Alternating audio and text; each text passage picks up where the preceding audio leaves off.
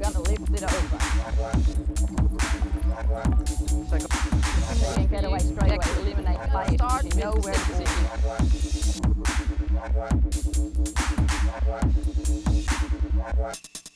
Good morning and welcome to Downey Park. We're down here today because, as we all know, Downey Park has played an integral part in women's sport in Brisbane for the past half a century. Today we're outside one of the original sheds that dates back to the 1950s, and we're joined by some of the ground staff. Let's take a look inside to find out a bit more. We're here with the wonderful old buildings of BWHA. Could you tell us a bit about their history? Well, it's really interesting. This park is, of course, a landfill, and in the 50s it was all filled in, and when they finally finished with it all in about 1955, the council gazetted it as a park for women. So they built these fantastic old sheds, which is still here today. We still use this one. Here is actually the old canteen, but it's actually, we now use it as the machinery. We keep the mowers and so on and so forth in there, and it's all been fairly expensive equipment, mowers as I say, and then of course it floods. So the problem we've had is the flooding. Water comes through here. Even with a small amount of water, we lose equipment. So we've been struggling for quite a long time to be able to try and move the expensive stuff from here. To do that, we bought a couple of shipping containers and a small piece of high ground that we have up the top here, and we've taken the expensive machinery out of there. So now we've only got things in here that we can clean and won't be destroyed when it floods, because it always floods. Bridget, these buildings have certainly seen some usage and destruction, and this one here was the canteen. This roller door was taken out and it was a grill extras been put in for us. This one here was a dressing room, toilet, change room, everything. The next door was exactly the same for the opposition.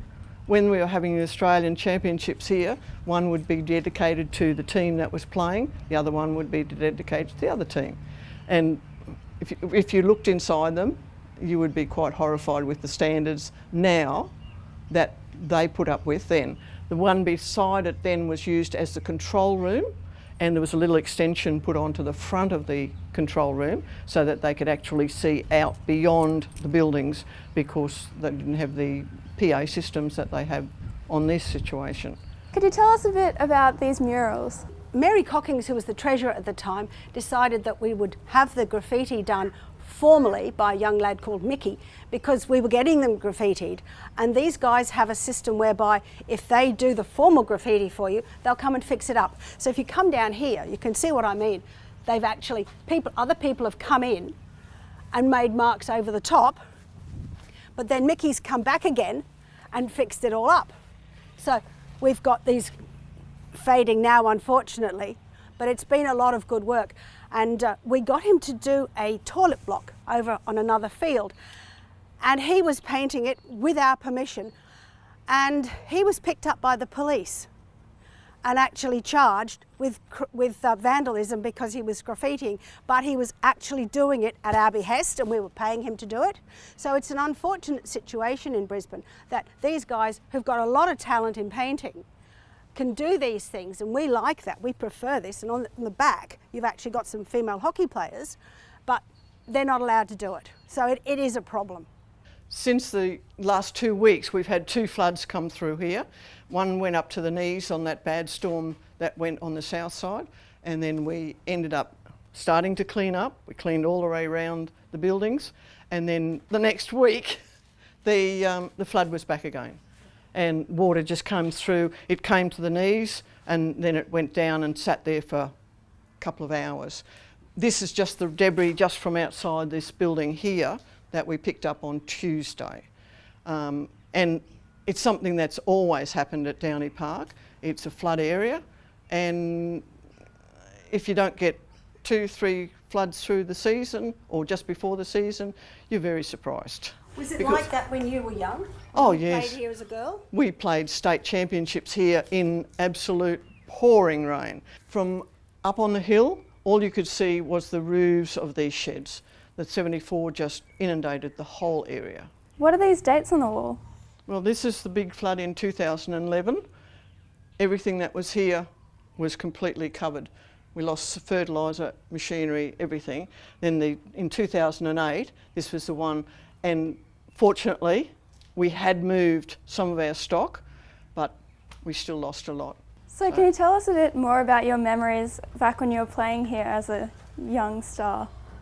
I've always loved hockey, and this is one of the reasons I'm here doing a lot of the volunteer and paid work here, because I just enjoy Downey Park. It's the headquarters of Brisbane hockey, really, women's hockey.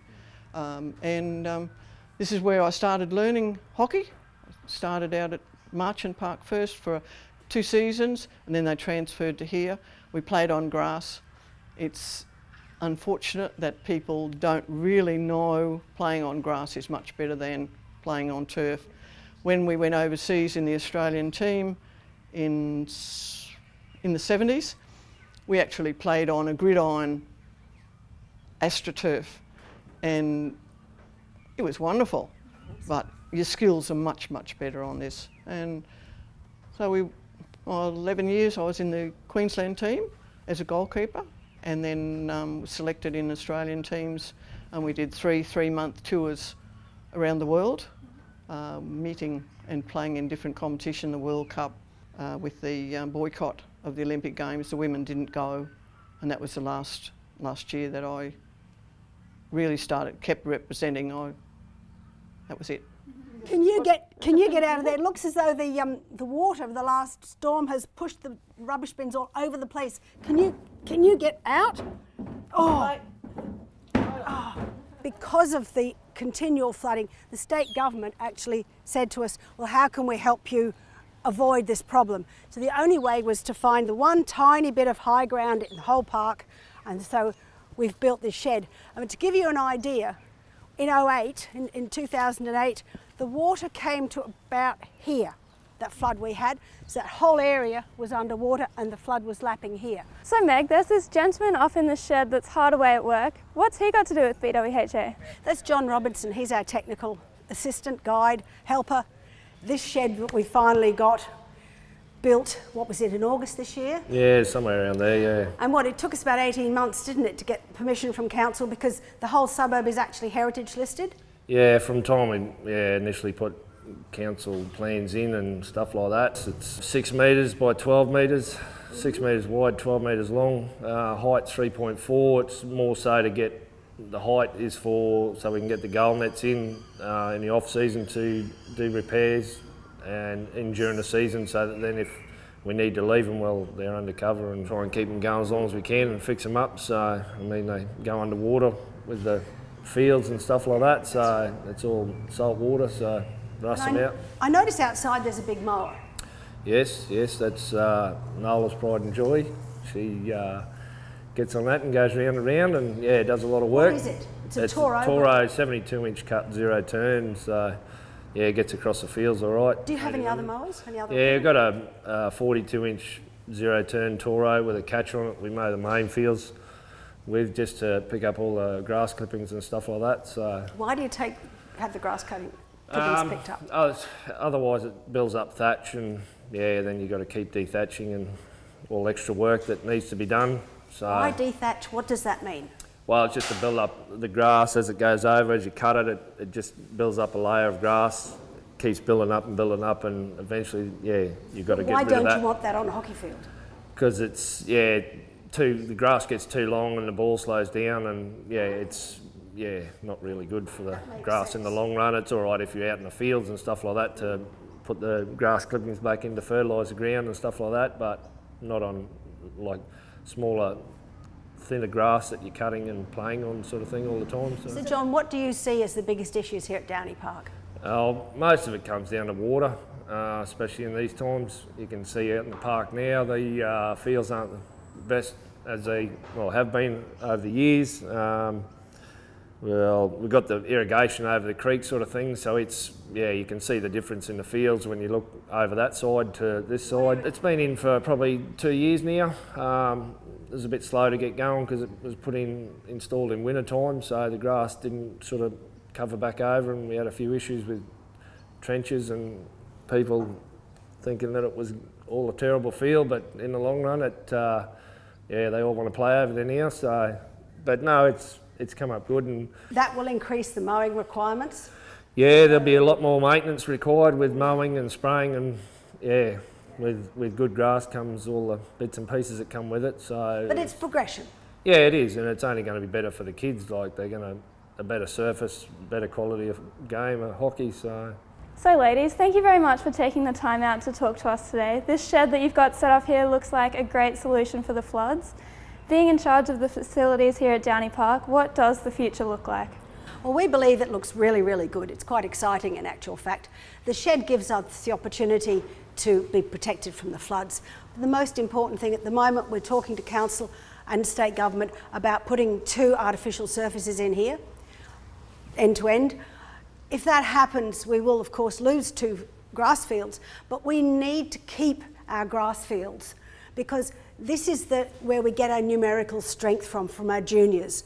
There are also 48 women's teams, senior women's teams, who play here on a Saturday afternoon. It's a lot of women, and it's important that women continue to play their sport.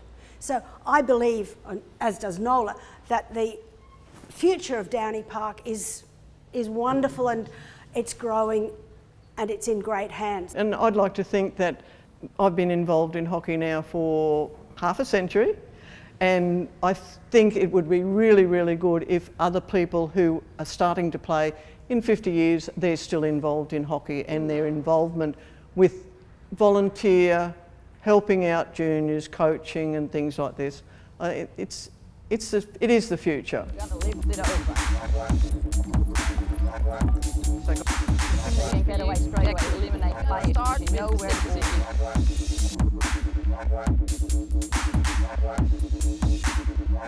be.